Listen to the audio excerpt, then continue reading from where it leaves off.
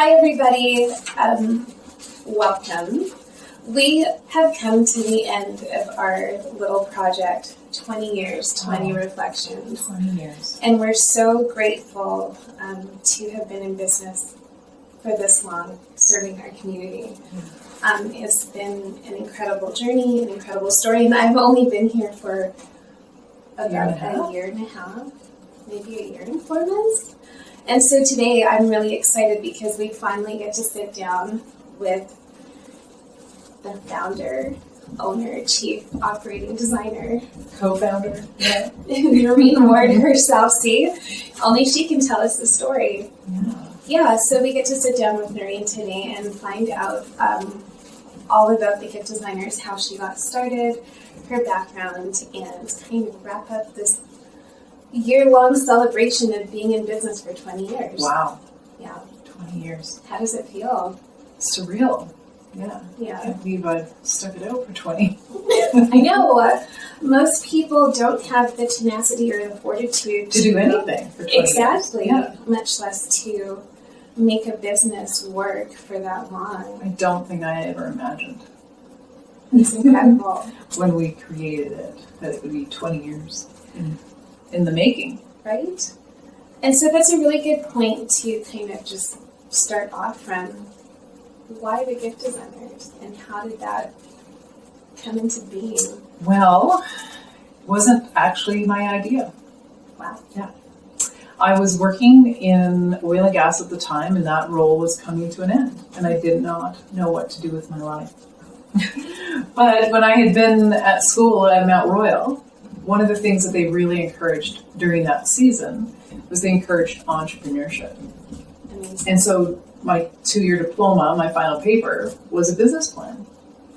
And so then when I was done this job in oil and gas, I was like, well, what did I want to do before I got into oil and gas? And I was like, oh, I want to start my own business. So really good, dear girlfriend of mine suggested a gift basket business. Her husband was in building, and he was a framer, and they would often give gifts. And she goes, well, why don't we just start a gift basket business? So her idea, and we started it.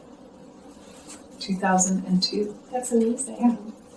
That's amazing. But she was the designing, she was the creator, she was the true designer at the heart of it. And so she took care of like product development and gifts and some customer relationships, and I took care of customer relationships and deliveries and some marketing. Amazing. And that's how it got started. Amazing. Of an idea. So to that friend, thank you. Yes, thank you. We are here 20 years later, and it's truly, I find that the gift designers is just different in how it operates in terms of business. One of the things that I love about being here is that the core value is fostering relationship, and so we do truly care about each and every gift that goes out. And just the thought behind making sure we express the true sentiment of the giver. It's lovely. Yeah, it took me a while, actually, I'll just interject, to figure out what is it that we actually do at the gift designers. Right. Because we don't just give gifts or create gifts. Right. It's not about baskets or gifts. Right. It is about relationships. And so it did take quite some time to kind of pin down what do we really do. We foster relationships. And that just sort of, once we coined those words and put it together, it just sort of seemed to be the real core of what a gift does. Right. And I love it. It's incredible. Yeah. What is your favorite aspect of being a small business owner in Calgary? Well, I think what do I like about being a small business owner? It actually changes, maybe perhaps even weekly, depending on the stress of the day. Right. We are. Or the stress of the week.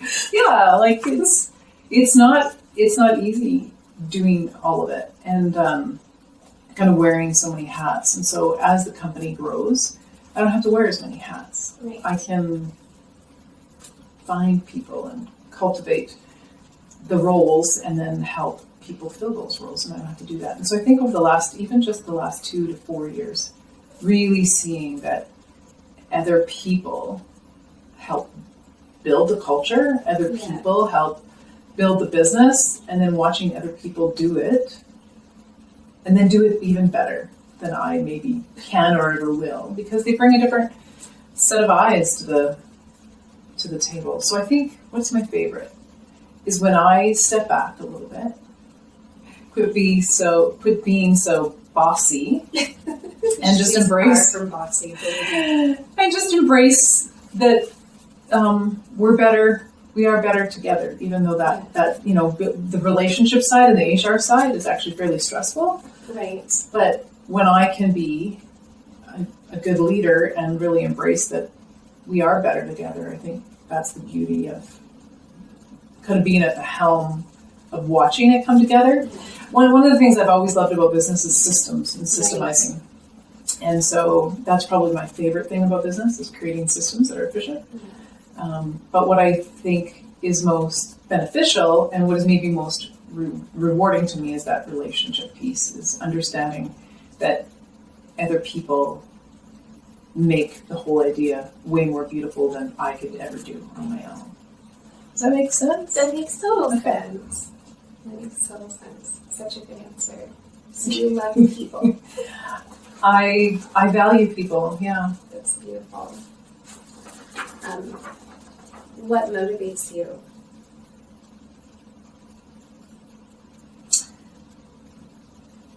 I think what motivates me is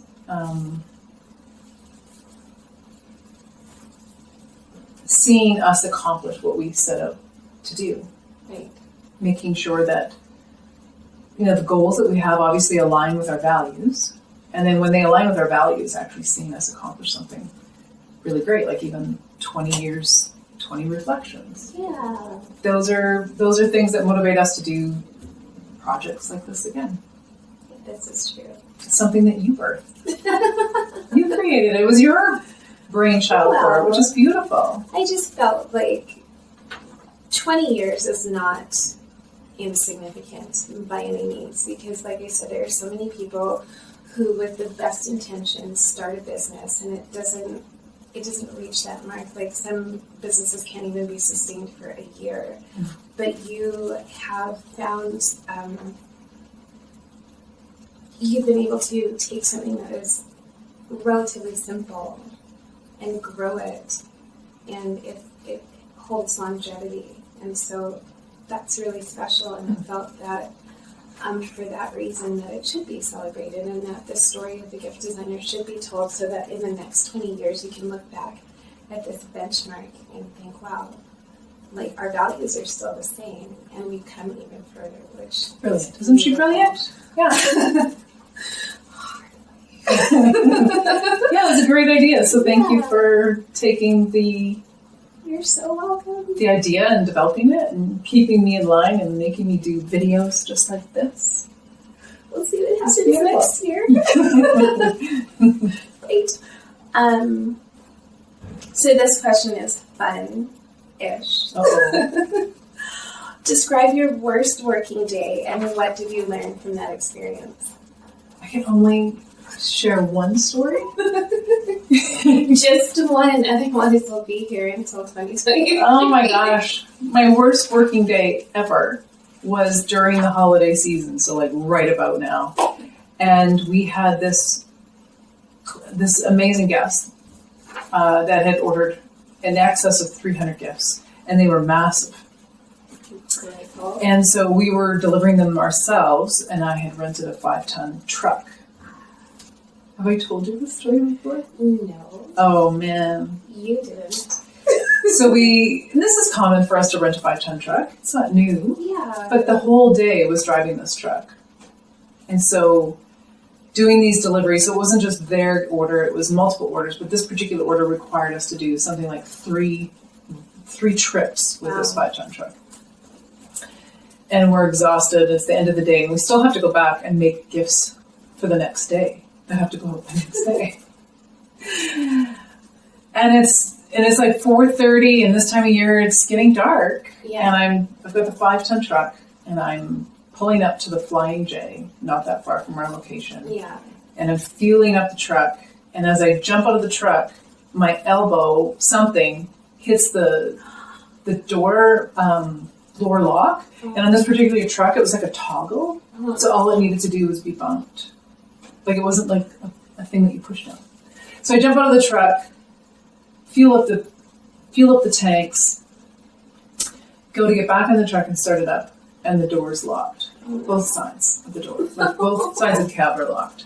So here I am, it's cold, it's winter, it's dark, keys are locked in, and so I have to scramble to find the phone number of the company that had rented us the truck.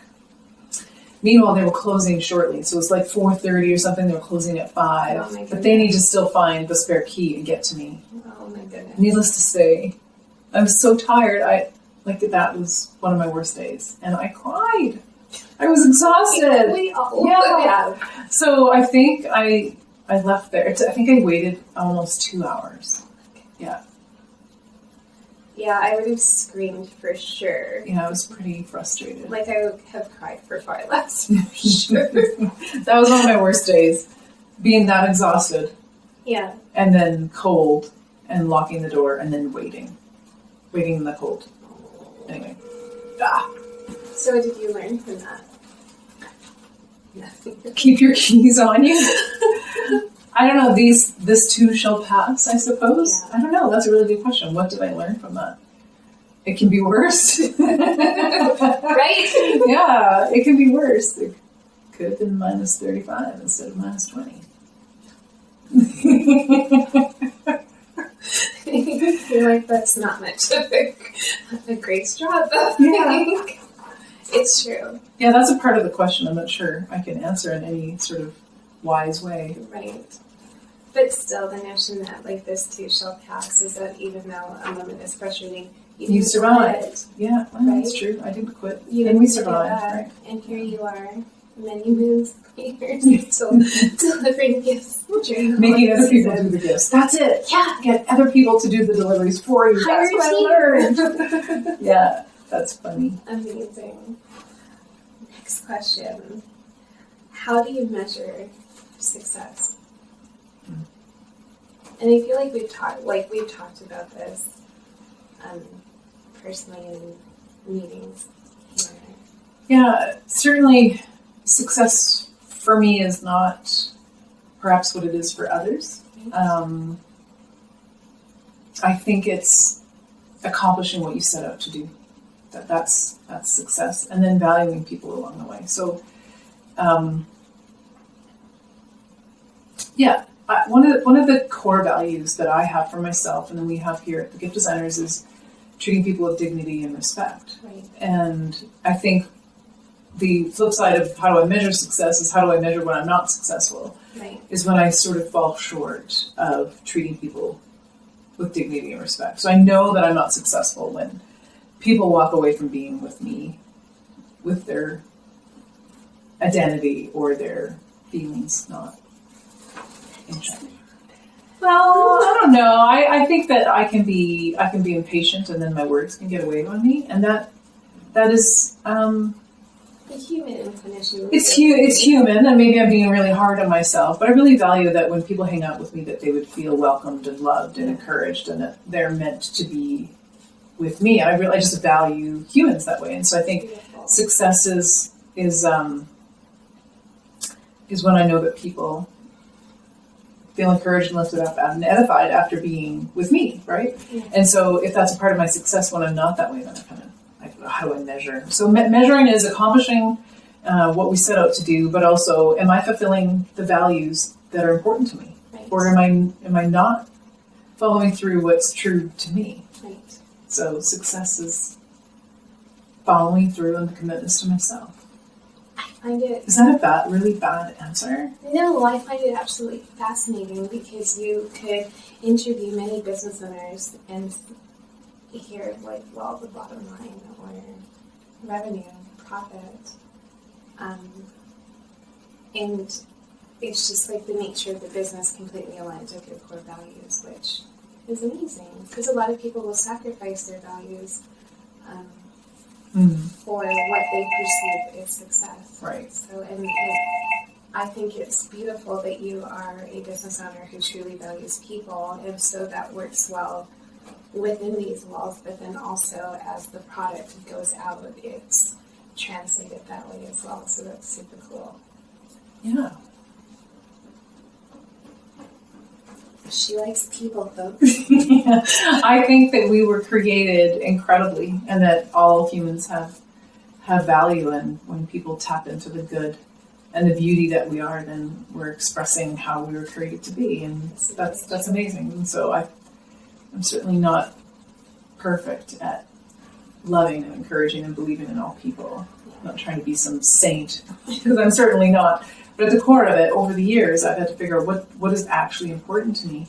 And that was a struggle at different times, like when I was coached, and you have to look at the bottom line. Yeah. And you're being told that you need to look at all of these numbers, but sometimes the numbers didn't seem as important as the people did. And so finding a real balance between running a successful business has to be successful financially, but it's not successful unless people are the core value. For me anyway, you don't have a business without customers, Right. and you don't have customers without a team. And so how else do you build something awesome without making people sort of the priority? Yeah. I think that's one of our shameless plug, but that is our I think our bottom line on that level is to help people, especially in a corporate setting, to build those relationships through the unique gifting opportunities, which is why gifts are curated to think of, the associates in your office, or your colleagues and your coworkers, or your employees, just to let them know that you value and appreciate them. Which again, it makes the whole thing come around full circle. Full picture. Yeah, that's the 30,000 foot view. Yeah. I feel like we've already answered that question. I was going to ask why the phrase fostering the relationships, but you've articulated that so well, and I think that that is truly the foundation that just blooms through the entire process. Yeah, like I said earlier, that I had to figure out, what do we really do? Yeah. And the terms fostering relationships could, be other words, right? But at the core of what I believe we need to have inside our walls is that we value and foster relationships with one another, and what we actually do in the way of gifting is helping people, just like you articulated, helping our customers, our guests, foster relationships with their friends and family, or like as you were mentioning on the corporate side, fostering relationships with clients or even staff. Yeah. And how does that play out in your life on a daily basis? Like, I know you to be quite a generous, caring, kind human being. How does fostering relationships play out in my life? Yeah, so I know that it's the nature of your business, and I just kind of want to give our guests a glimpse of how, outside of these walls, how that looks for you. That's a really good question, because I believe that all humans are created beautifully and in the image of God, their creator.